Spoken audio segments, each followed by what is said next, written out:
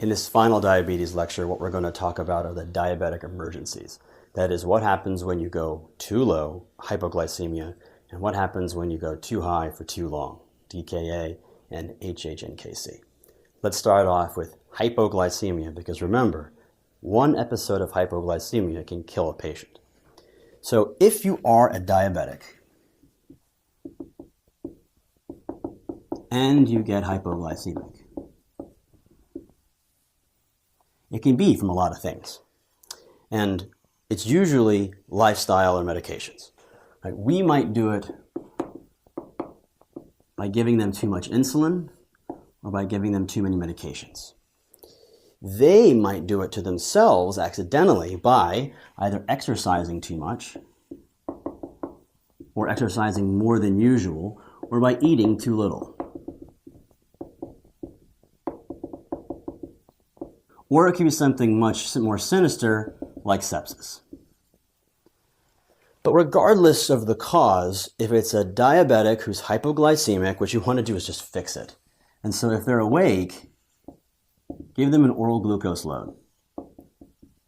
It could literally be oral glucose, or it could be jelly beans, a candy, a fruit juice, or a non-diet soda, something with rapid acting carbohydrates. And they keep checking until they get back into normal range. If the person's in a coma, because they're so profoundly low, you don't want to put glucose in their mouth, they'll aspirate, you give them IV in the form of D50. It should be considered an emergency, right? Calling 911 for someone who's hypoglycemic and passed out is legit. That should happen. The thing is that the patient, though, usually knows, right? So the patient might feel their hypoglycemia before they check, and that presents as palpitations, diaphoresis, presyncope, and it will progress eventually to coma if you let it. The diagnosis is made by checking a blood sugar. And a blood sugar less than 70 is the number which says, hey, that's a true hypoglycemia. And the treatment is just simply correct it. But then you follow up on what caused it. If they need less medicine, scale back. If they just need to know that what they're going to do, heavy exercise, they need to carry some sort of nutrition with them, that's okay. But you have to find out what happened and why they got that way. And less than 70 is considered hypoglycemia. But some patients don't feel hypoglycemia at less than 70, still call it hypoglycemia for the test, but they might be able to handle a little lower blood sugar on average. And the other way, if people are used to having very high blood sugars, if that person experiences hypoglycemic symptoms at a number higher than 70, it's still hypoglycemia. Call it hypoglycemia and get their sugar up. You don't want the blood sugar to go too low. That can be fatal. So, diabetic and hypoglycemic, find out what it was that caused it and correct that, but immediately get their sugar back up. But what happens if they're not a diabetic and they're hypo? This is true hypoglycemia now, right? They have the symptoms and the blood sugar to prove it. Not just, oh, I'm feeling hungry, I must be hypo. No. They actually have the symptoms of hypoglycemia and their blood sugar is less than 60. This can come from two things. There's more than this, but these are the ones I want you to see.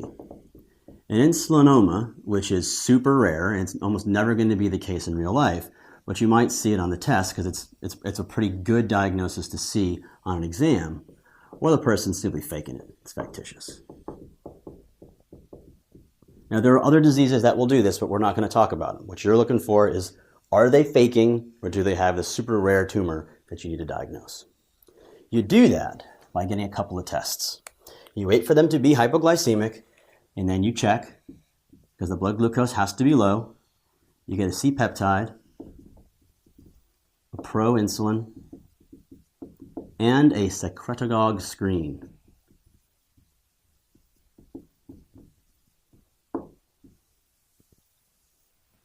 All right, this is what we're doing. Here's the pancreas.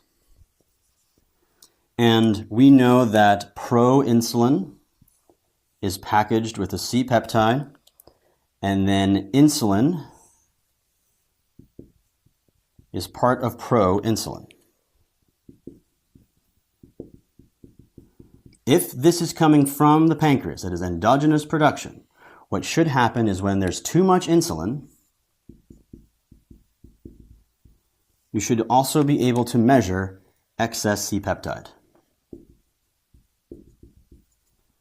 because it breaks apart to form insulin. So if it's coming from the body, C-peptide should be elevated with insulin being elevated and the blood glucose being low. Therefore, if the C-peptide is not elevated, but the insulin is and the glucose is low, they're faking it, they are injecting. They're injecting exogenous insulin, and you tell them to stop doing that. If the C-peptide is elevated, then you know there is endogenous production. They're not injecting, but they still might be faking it. So what you need to do is a secretagogue screen. Because remember, the oral anti-diabetic medications like sulfonylureas induce insulin expression. So if someone downs a bottle of sulfonylureas, they may have hypoglycemia from too much insulin. So if the sulfonylurea screen is positive, they're ingesting. Tell them to stop doing that. But if this sulfonylurea screen is negative, now you're thinking about an insulinoma. With an insulinoma, you want to do a 72-hour fast. Bring them into the hospital. Do this process again. Wait for them to get hypoglycemic. Once confirmed that they indeed have an endogenous production, get the CT or the MRI of the abdomen in order to diagnose it. Remember, there are other diseases that cause hypoglycemia in a non-diabetic patient. Where you want to go is separate factitious from insulinoma. If the C-peptide is low, they're injecting exogenous insulin. If the sulfonylurea screen is positive, they're eating sulfonylureas. Just tell them to stop doing that. If the C-peptide is high and the secretagogue screen is negative, then you can consider insulinoma or those weird antibody diseases. I'll put up antibody diseases here, but I want you to not learn them for this test. That's too little. What happens with too much? DKA, diabetic ketoacidosis, is the disease that type 1s get. Now, of course, I'm going to say this. Type 2s can go into DKA, but what I want you to learn is type 1 DKA, type 2 HHNKC, also called HHS. In DKA, what's happening is there is a lot of sugar circulating in the bloodstream, but there's no insulin. So even though all that sugar is floating around in the blood, none of the cells can get access to it. So the body thinks it's starving. So it causes fats to break down and releases ketones. Those ketones cause ketoacidosis. But at the same time, because someone has intact kidneys, that high level of blood glucose in the blood means there's a high level of glucose in the urine. The Tmax of the tubules is only about 180. And so when the person is going into DKA, their blood sugar is high, the amount of sugar that's in the urine causes a massive osmotic diuresis. These patients become profoundly dehydrated in addition to their acidosis. So what you're going to see in the patient presentation is diabetes, but it's going to be a diabetic coma. They're going to be altered. They're going to have ketones, and they're going to have acidosis. Thus, diabetic ketoacidosis. The diagnosis is made to reinforce just that. You check a blood glucose, and generally, type 1s don't get very high. It's usually 300 to 500 is going to be the typical DKA glucose range because they get so sick from the ketones and the acidosis, they don't have time for their sugar to get very high. If you check the urine, it would be positive ketones, which is enough. The test might ask you to check serum levels, which is appropriate, but most of the time you have to wait for that test to come back in real life. So if the test asks you for serum ketones, that's the better answer. But in life, know that your analysis is usually sufficient if there's positive ketones. And you get an ABG. which shows acidosis. These patients are usually obtunded and have significant vital sign derangements. You can stratify DKA in mild, moderate, and severe, but if you say DKA, I say ICU. And the one thing you do before you get to treating them is get a BMP, because you want to know what the gap is, and you want to know what the potassium is. Because the treatment for DKA is look up the DKA protocol, follow the DKA protocol. It's really easy to manage DKA. What you have to know is, what do you look for? The nurses will do most of this for you. But you, learning about DKA, have to know you need to watch the glucose,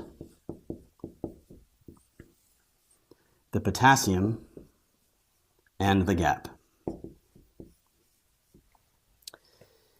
To treat glucose, they need insulin. And usually you give 10 units of IV insulin, followed by an insulin drip. And of course, as you treat them, you're going to check the blood glucose.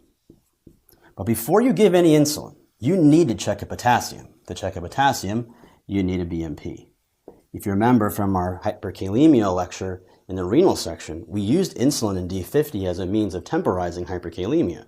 You give IV insulin, potassium is going to shift into the cells. If you have hypokalemia, you're going to make it worse. So before you give any insulin, make sure the K is above 4.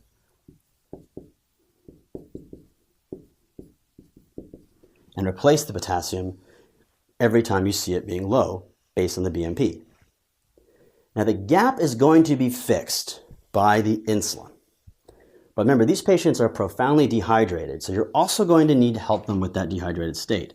So you're going to bolus the shit out of them. Vigorous hydration with either normal saline or lactated ringers, it doesn't matter which one you pick. But you're going to follow the gap with the BMP.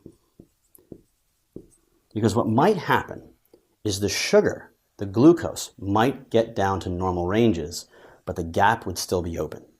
You stop ICU level management when the gap closes. So if the insulin drip is running, you need to continue that until the BMP shows the gap closed.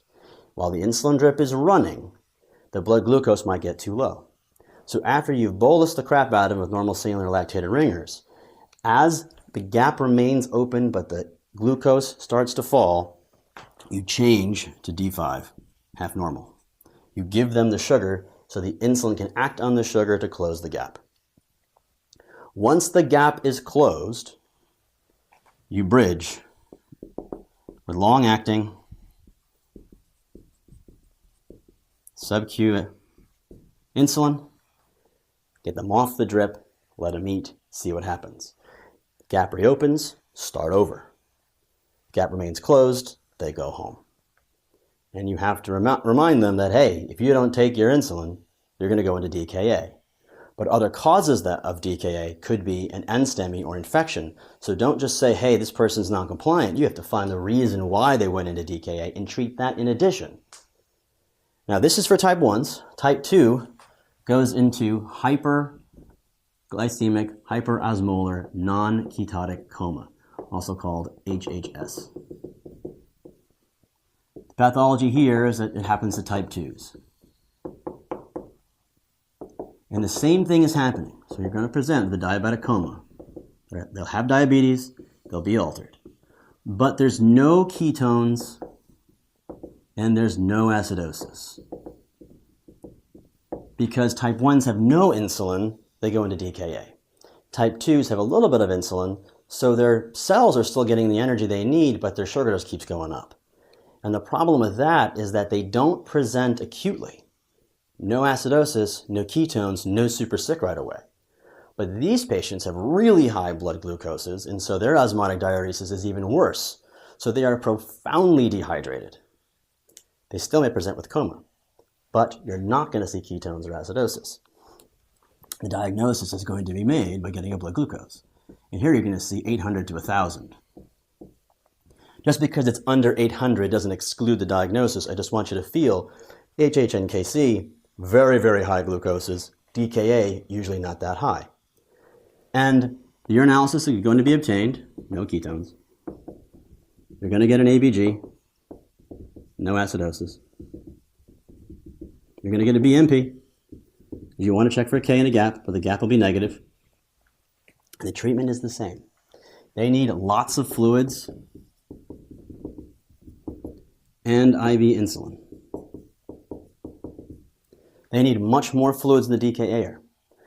But there's no gap to follow. So it is possible you treat an HHNKC on the floor. Not something you'll have to make a decision about on the test, but I want you to see is that these diseases are equivalent. They are both profoundly dehydrated and both very ill, and so should probably be observed in the ICU on an IV insulin drip, both getting tons of fluid. Okay, we talked about the diabetic emergencies, hypoglycemia in a diabetic, find out what happened, but more importantly, get their sugar back to normal. Hypoglycemia in a non-diabetic, they're probably faking it either with insulin injections or secretagogues. Figure that out, and if it's negative, go after the insulinoma. And the way we separate them is with the C-peptide and secretagogue screen. Then the hyperglycemia, DKA is diabetic ketoacidosis, very obvious to spot because there's diabetes, ketones, and acidosis, treated with fluids, potassium, and IV insulin until the gap closes. HHNKC is profound dehydration in type 2, no ketones, no acidosis, but very, very, very high glucose. They need a ton of fluid and IV insulin. That is the diabetic emergencies.